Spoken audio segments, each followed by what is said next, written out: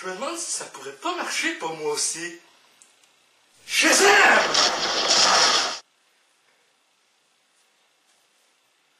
Oh, tabarnak! Masturbate, tu pues, va donc changer de sous-vêtements. Bonjour ladies and gentlemen et nouveaux visiteurs sur la chaîne YouTube. Ici Mr Flamingo et bienvenue pour une nouvelle vidéo critique. Jeudi dernier, je suis allé voir Shazam en avant-première. Je pense que DC est sur la bonne voie avec des films un peu plus soft au niveau de ce qui est ambiance. C'est sûr par contre que ça me manque un petit peu, tu sais, ce qui est sombre avec un peu Man of Steel, Batman vs Superman version longue, où c'était comme un peu plus sérieux également. Mais je pense qu'en termes de scénario, ils sont sur la bonne voie, dans le sens que c'est cohérent, ils semblent pas scraper un peu, les studios semblent pas scraper trop le film derrière le, tu sais, dans les behind the scenes avec, ils veulent quelque chose genre de, ils veulent changer le film alors qu'il est en plein milieu de post-production, comme ça a été le cas avec Batman vs Superman, avec la version de 3 heures, alors qu'on se ramasse avec une version de 2h30 au cinéma, puis qu'après ça, on a la version de 3 heures en Blu-ray. Donc, à ce niveau-là, je pense que ça va beaucoup mieux. C'est clair, par contre, qu'ils ont tout scrappé avec Justice League, encore une fois, avant de se rattraper après ça avec Aquaman, Shazam, même si Wonder Woman était avant Justice League, ils ont bien fait ce film-là également. Ouais, qu'il leur reste du travail à faire, tu sais, pour...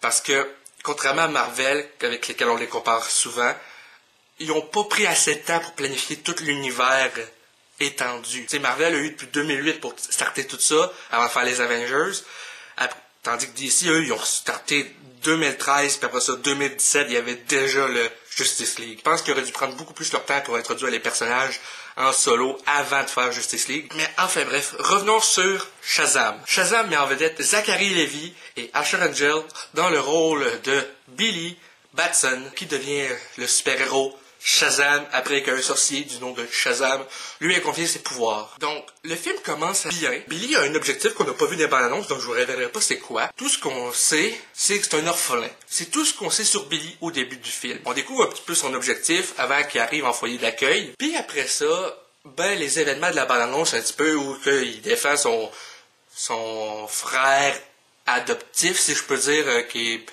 Freddie Freeman, je pense, joué par Jack Dylan Grazer, qui jouait aussi Eddie dans Hit 2017, lui avec le bras dans le plâtre à un moment donné, qui est un excellent acteur en passant, ce jeune-là. Il a quand même 15 ans, puis il a accompli beaucoup plus au niveau professionnel que moi. Les autres acteurs, je me rappelle pas tous de leur nom, mais je pense qu'ils ont fait quand même un excellent travail de jouer quelqu'un en famille d'accueil qui sait pas trop exactement ce qu'il veut, ou plutôt chaque personnage également a sa propre personnalité bien à lui ou à elle.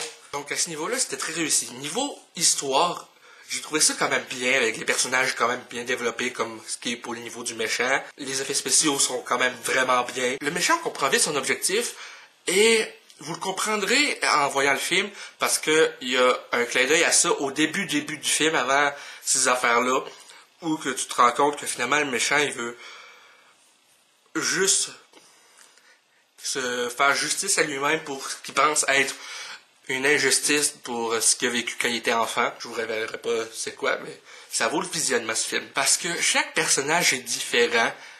Ils ont chacun vraiment une perception des choses qui leur est propre dans ces événements-là. Tu sais, il y a les bouillies aussi qu'on voit dans la bande-annonce, les deux qui s'attaquent au jeune Freddy qui a quand même une jambe moins potable et puis qui se déplace avec une béquille. T'sais. À ce niveau-là, j'ai trouvé ça intéressant de voir la relation entre tous ces personnages, avec les deux bullies, comment ils agissent en tant que tels, entre eux autres et avec les autres autour. La relation entre Billy et Freddy qui évolue au fur et à mesure du film quand Billy il devient Shazam. Donc ça, c'est super le fun à voir se développer en tant que tel dans le film. Pour ce qui est des effets spéciaux, j'ai bien aimé les transformations de Billy en Shazam.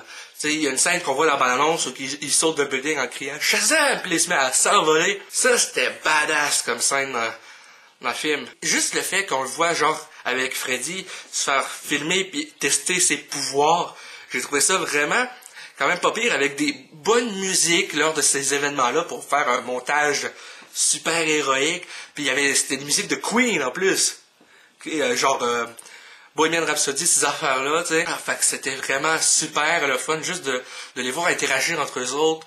Puis Zachary Levi et Ash Ranger ont fait un super bon job pour incarner à deux le même personnage à une taille différente et un physique vraiment plus imposant quand il est en Shazam. Malgré le fait que c'est deux acteurs différents, on a l'impression qu'on suit logiquement le même gars. C'est seulement que son apparence est différente à cause du costume, puis de la taille, puis de la transformation.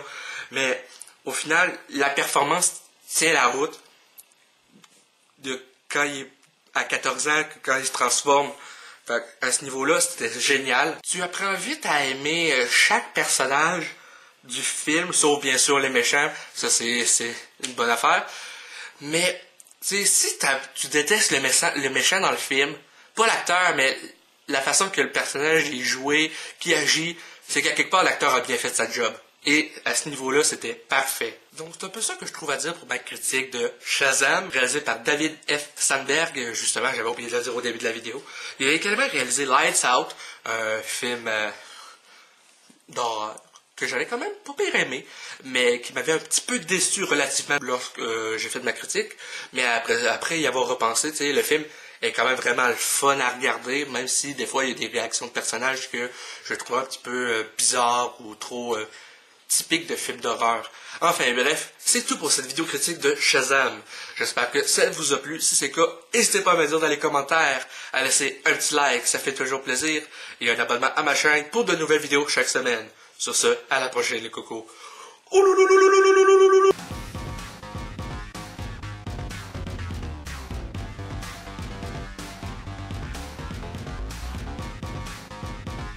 Hey le grand, c'est quoi que t'attends pour t'abonner, sacrament?